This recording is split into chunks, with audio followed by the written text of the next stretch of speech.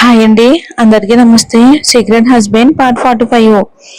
రాజేశ్వరికి ఎంత కోపం వచ్చింది అంటే ఆమె దాదాపు కళ్ళు తిరిగి పడిపోయేంత పనైంది. రాహుల్ అద్దులు మీరుతున్నాడని ఆమె అనుకుంది.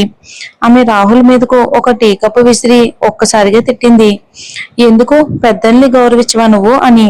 ఆ టీ కప్పు మొక్కలై లోపల ఉన్న టీ అంతా కూడా రాహుల్ కాళ్ళ మీద చిమ్మింది. రాహుల్ తలదించి తన కాళ్ళ వైపుకి చూశాడు. అతని దృష్టి నేల మీద పడి ఉన్న చెక్క కంకణ మీద కూడా పడింది. తర్వాత తల పైకెత్తి పల్లవి నుదుటిపై ఉన్న గాయాన్ని తదేకంగా చూశాడు. అతనికి ఏదో విషయం అర్థమైనట్టుంది. అతని కళ్ళు ఒక్కసారిగా కోపంగా మారిపోయాయి. అతను బాడీ గార్డుల వైపుకి చూసి, వెళ్ళి మా తాతయ్యకి ముత్తాతయ్యకి చెప్పండి, రాజేశ్వరి గారికి మతుమార్పు వ్యాధి వచ్చిందని, ఎవరిని గుర్తుపట్టలేకపోతున్నారని, ఆమెను వెంటనే హాస్పిటల్కి పంపించాలి అని ఆదేశించాడు.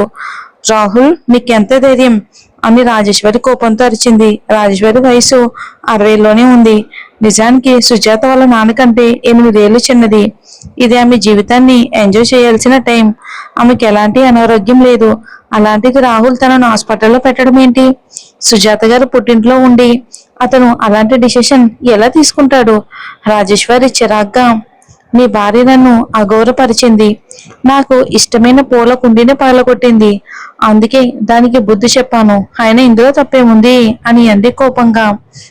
అది విని రాహుల్ నవ్వాడు.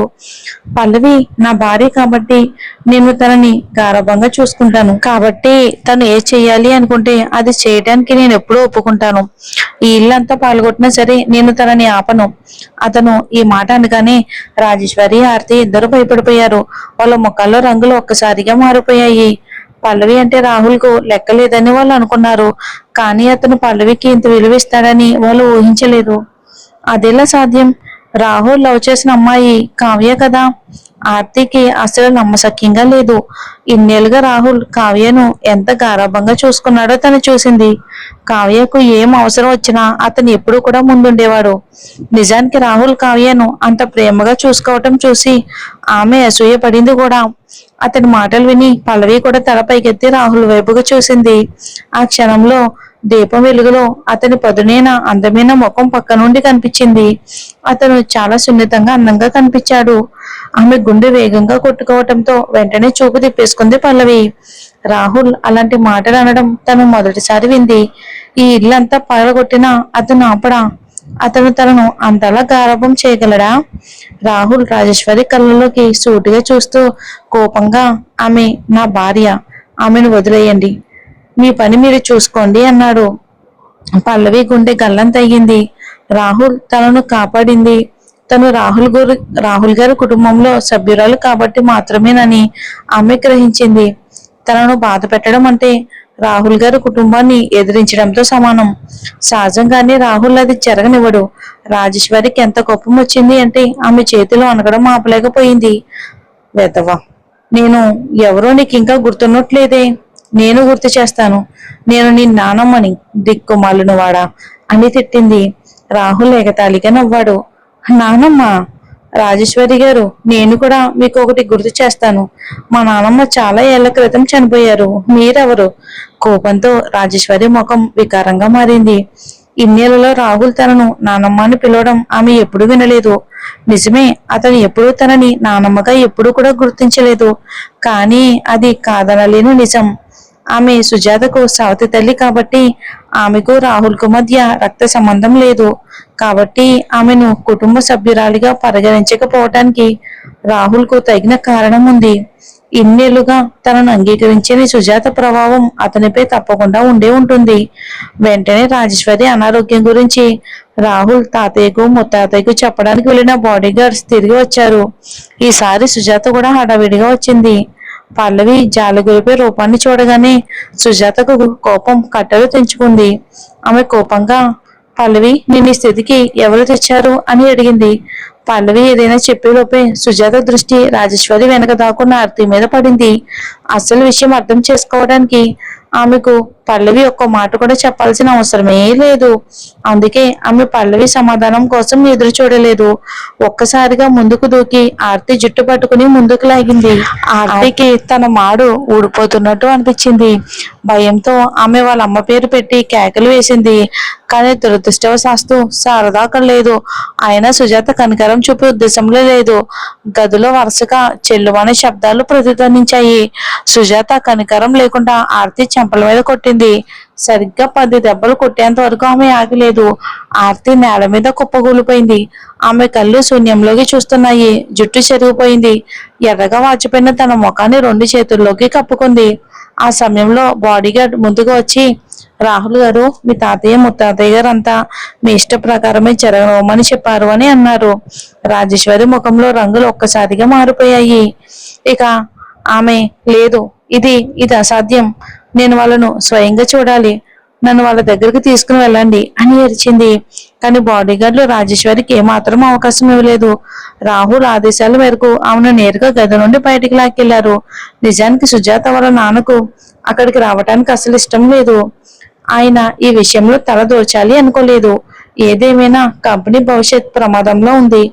రాజేశ్వరి కంపెనీలలో ఒక దాన్ని ఎంచుకోవాల్సి వస్తే ఆయన ఏమాత్రం ఆలోచించకుండా కంపెనీని ఎంచుకుంటారు. బాడీగార్డులు తనను బయటికి లాక్కెళ్తూ ఉండగా రాజేశ్వరి తిడుతూనే ఉంది. కానీ రాహుల్ ఏమీ విననట్టు ఆమెను ఏమాత్రం పట్టించుకోలేదు. అతను కిందకి వంగి పల్లవిని ఎత్తుకుని గది నుండి బయటికి తీసుకెళ్లాడు. రాహుల్ అలా అకస్మాత్తుగా ప్రవర్తిస్తాడని పల్లవి ఊహించలేదు. ఆమె ఉలిక్కిపడి అప్రయత్నంగా అతని చొక్కా పట్టుకుని పెద్ద పెద్ద కళ్ళతో అతని వైపుకు చూస్తూ ఉంది. రాహుల్ ఆమెను కారు వరకు ఎత్తుకెళ్లి డ్రైవర్తో మెల్లగా హాస్పిటల్కి పోని అని ఆదేశించాడు. పల్లవి ఇంకా గందరగోళంలోనే ఉంది. ఆమెకు తెలిసేలోపే వాళ్ళ హాస్పిటల్కి చేరుకున్నారు. అంతా చాలా వేగంగా జరిగిపోయింది. తను ఒక కలలో ఉన్నట్టు, దాని నుండి మేల్కోలేకపోతున్నట్టు ఆమె కనిపించింది. రాహుల్ కారు దిగి ఆమెను ఎత్తుకుని హాస్పిటల్ లోపలికి తీసుకెళ్లాడు. పల్లవి ఇంకా అలానే ఉండిపోవడంతో అది కూడా గమనించినట్టు లేదు. ఆమెను అలా చూసి రాహుల్ కనుబొమ్మలు ముడిచాడు. అతను కొంచెం టెన్షన్ అయ్యాడు. వాళ్ళ కన్సల్టేషన్ గదిలోకి ప్రవేశించగానే అతను వెంటనే మోహన్ని ఇక్కడికి రమ్మని చెప్పాడు. లేదు, ఆదేశించాడు. అప్పుడు గాని పల్లవికి స్పృహ రాలేదు. ఆమె అతని చేతుల్లో నుండి దిగడానికి ప్రయత్నిస్తూ, రాహుల్ గారు, నన్ను కిందకి దించండి, నేను నడవగలను అని అంది. అయితే రాహుల్ ఆమెను వదలడానికి నిరాకరించాడు. అతను ఆమెను విఐపి కన్సల్టేషన్ గదిలోకి మంచం మీద పడుకోబెట్టి ఆమెపై దుప్పటి కప్పాడు. కథలకు మోహన్ వచ్చి నీకు పూర్తిగా టెస్ట్లు చేస్తాడు. ఈసారి అతని గొంతు సున్నితంగా ఉంది. రాజేశ్వరి ఆర్తిలతో మాట్లాడినప్పుడు కంటే పూర్తిగా భిన్నంగా ఉంది. కానీ అతను చెప్పింది వినగానే పల్లవి మంచం మీద నుండి దూకేంత పని చేసింది. ఆమె వెంటనే వద్దొద్దు, అవసరం లేదు, నేను బాగానే ఉన్నాను అని నిరాకరించింది. మోహన్ వచ్చి తనను పరీక్షిస్తే ఆమె ప్రెగ్నెంట్ అనే విషయం ఇక దాచలేదు. ఇక అలా మాట్లాడుతూ పల్లవి దుప్పటి తీసి మంచం దిగిపోయింది. అయితే రాహుల్ వెంటనే ఆమెను వెనక్కి తట్టాడు. మోహన్ నిన్ను పరీక్షించే వరకు నువ్వెక్కడికి వెళ్ళడానికి వీల్లేదు అని అన్నాడు. అతను నిక్కచ్చిగా, రాహుల్ గారు, నన్ను నమ్మండి, నాకు నిజంగా ఏ టెస్ట్లు అవసరం లేదు అని పల్లవి పట్టుపట్టింది. తను బాగానే ఉన్నానని నిరూపించడానికి ఆమె తన చేతిని కూడా ఊపింది. కానీ మరుక్షణమే రాహుల్ ఆమె సున్నితమైన చేతిని పట్టుకున్నాడు. ఆమె దాన్ని విడిపించుకోవడానికి ప్రయత్నించింది. కానీ అతను వదల్లేదు. అతని ఆకర్షణీయమైన కళ్ళు ఆమె అందమైన ముఖాన్ని పరిశీలించాయి. తర్వాత అతను సున్నితంగా, మోహన్ నిన్ను పరీక్షించడం నీకు ఇష్టం లేకపోతే నేనే చేస్తాను అన్నాడు. పల్లవి ముఖం దొండపండులా ఎర్రబడింది. రాహుల్ ఆమె స్పందనను వెంటనే అర్థం చేసుకున్నాడు. అతను కనుబొమ్మలు పైకెత్తి, నేను చేయటం నీకు ఇష్టం లేకపోతే మంచి పిల్లలా ఉండు అన్నాడు. ఆ సమయంలో వాళ్ళిద్దరి మధ్య దూరం ఎంత దగ్గరగా ఉంది అంటే రాహుల్ చొచ్చుకుపోయే కళ్ళల్లో పల్లవి తన ప్రతిబింబాన్ని చూడగలిగింది. రాహుల్ గదిలోకి దూసుకువచ్చి తన కోసం దెబ్బను అడ్డుకున్న సీన్ ఆమెకు గుర్తుకు రాకుండా ఉండలేకపోయింది. ఆ క్షణంలో అతను తనని కాపాడడానికి ఆకాశం నుండి దిగి వచ్చిన కాంతి పుంజంలా కనిపించాడు. ఇప్పటి వరకు రాహుల్ తనను నిజంగా కాపాడ్డానని పల్లవి అయితే నమ్మలేకపోయింది. అంతా ఒక కలలా అనిపించింది. అకస్మాత్తుగా ఆమె గుండె ఆమె నియంత్రణలో లేకుండా వేగంగా కొట్టుకోవటం మొదలయ్యింది. కానీ ఆమె తన బిడ్డ గురించి రాహుల్కు తెలియనివ్వలేదు. అతనికి ఆ బిడ్డ వద్దని ఆమె భావించింది. బిడ్డ ఉన్నాడని రాహుల్ కు ఎప్పటికీ తెలియనివ్వకూడదని పల్లవి డిసైడ్ అయిపోయింది. ఆమె ఈ సిచ్యువేషన్ నుండి ఎలా బయటపడాలా అని తలబద్దలు కొట్టుకుంటూ ఉండగా మోహన్ లోపలికి వచ్చాడు. వాళ్ళిద్దరిని అంత సన్నిహితంగా చూసి మోహన్ ఆట పట్టించకుండా ఉండలేకపోయాడు. నేను ఏదైనా అడ్డుకున్నానా? పల్లవి నిస్సహాయంగా మోహన్ వైపుకు చూసింది. మోహన్ పల్లవి వైపుకు అర్థవంతంగా చూస్తూ 2 గంటలు సరిపోతుందా అన్నాడు. ఈసారి రాహుల్ స్పందించాడు. అతను మోహన్ వైపుకు చూసి సోదాపి తొందరగా నీ పన్ను వచ్చేయి అని విసుక్కున్నాడు. సరేలే, పల్లవికి రక్త పరీక్ష కోసం నీ రక్త నమూనా కావాలి, తర్వాత సిటీ స్కాన్ చేద్దాం. తర్వాత మోహన్ తన వెనకే గదిలోకి వచ్చిన నర్సు వైపుకు తిరిగి మాట్లాడాడు. పల్లవికి ఏం చేయాలో తెలియక చాలా ఆతృతగా ఉంది. చివరికి నిస్సహాయంగా ఒక సాకు చెప్పింది. నాకు అకస్మాత్తుగా కడుపు నొప్పిగా ఉంది, నేను ఇప్పుడు బాత్రూంకి వెళ్ళాలి. నిజంగానా అని రాహుల్ అనుమానంగా అడిగాడు. అవును నిజంగా అని పల్లవి ధృవీకరించింది. సరే, నీకు ఒంట్లో బాగోలేదు కదా, నేను కూడా నీతో వస్తాను. అది విని పల్లవి మరింత కంగారు పడింది. ఆమె వెంటనే అవసరం లేదు, నేను ఒంటరిగా వెళ్ళగలను అని చెప్పింది. కానీ ఆమె లేచి నిలబడగానే రాహుల్ అకస్మాత్తుగా ఆమె చేతిని పట్టుకుని గోడ కదిమి పల్లవి, నా దగ్గర ఏదైనా దాస్తున్నావా అని అడిగాడు. పల్లవికి గుండె వేగం పెరిగింది. అది ఆమె గుండె నుండి బయటకు దూకేలా ఉంది. అప్పుడు అకస్మాత్తుగా బలమైన రక్తపు వాసన ఆమె ముక్కు పుటాలకు తాగింది. వాంతొచ్చే భావనను అంచుకోవటానికి ఆమె నోరు మూసుకుంది. పల్లవి, ఏమైంది? రాహుల్ పల్లవిని పైనుంచి కింద వరకు చూస్తూ ఏం జరుగుతుందో తెలుసుకోవడానికి ప్రయత్నించాడు. ఏమీ లేదు, నా గురించి టెన్షన్ పడకండి, నేను బాగానే ఉన్నాను. పల్లవికి చాలా అసౌకర్యంగా అనిపించింది. ఆమె గుండె ఆగిపోయేలా ఉంది. రాహుల్ ఏదైనా అనుమానిస్తున్నాడా? పల్లవి ఎంత కంగారు పడిందంటే ఆమె అరచేతులు విపరీతంగా చెమటలు పట్టాయి. ఆమె ఎక్కువగా ఆలోచిస్తుంది. రాహుల్ తనను ఆపరేషన్ టేబుల్ మీద అదిమి పట్టుకుని అబార్షన్ చేయిస్తున్న సీన్ ఆమె కళ్ళ ముందు ఒకసారిగా మెరిసింది.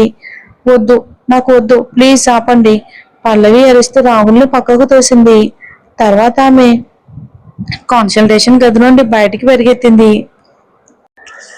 ఈ లోపే పల్లవి ఆ గది నుండి బయటకు పరిగెత్తక ముందే ఆమె వెనుక నుండి దబ్బన శబ్దం వినిపించింది. పల్లవి ఒక క్షణం తడపటాయించి వెనక్కి తిరిగింది. అక్కడ రాహుల్ నేల మీద కదలకుండా పడి ఉన్నాడు. ఆ దృశ్యం చూడగానే పల్లవి కళ్ళు షాక్తో పెద్దవయ్యాయి. ఆమె గుండె ఒక క్షణం ఆగి కొట్టుకుంది. తను ఏం చేసిందో అర్థం కాక అయోమయంగా తన చేతుల వైపుకు చూసుకుంది. ఈ సమయంలో ఇక్కడ నుండి పారిపోవడమే తెలివైన పని. ఎలాగో రాహుల్ తనని వెంబడించడం లేదు. కానీ తనలోని మరో భాగం రాహుల్ని ఇలాంటి పరిస్థితిలో వదిలి వెళ్ళలేవని చెప్తుంది. కాసేపు తనలో తానే సంఘర్షణ పడిన తర్వాత ఆమె వేగంగా అతని దగ్గరికి నడిచింది. అతని అందమైన ముఖం చావు కళ్ళతో పాలిపోయి ఉంది. నుదుటి మీద చెమట పొరలు కట్టి ఉంది. అసలు అతను ఊపిరి తీసుకుంటున్నాడో లేదో కూడా ఆమె చెప్పలేకపోయింది. పల్లవి సంకోచిస్తూనే చేయి చాపి అతన్ని మెల్లగా కదిపింది. రాహుల్, రాహుల్. కానీ రాహుల్ నుండి ఏ మాత్రం ఎలాంటి స్పందన లేదు. అంటే రాహుల్కి దెబ్బ ఏమైనా తగిలి ఉంటుంది ఇందాక గొడవల్లో. మరి ఏం జరిగిందో చూద్దామండి నెక్స్ట్ ఎపిసోడ్లో. నేను ఒక ఎపిసోడ్ ఇచ్చానండి, ఊరు వెళ్ళాను, సమ్మర్ హాలిడేస్ కదా, అమ్మ వాళ్ళ ఇంటికి వచ్చాను. సో అందుకని ఖాళీ లేక ఒక ఎపిసోడ్ ఇచ్చాను. ఈరోజు 2 ఎపిసోడ్స్ ఇస్తాను.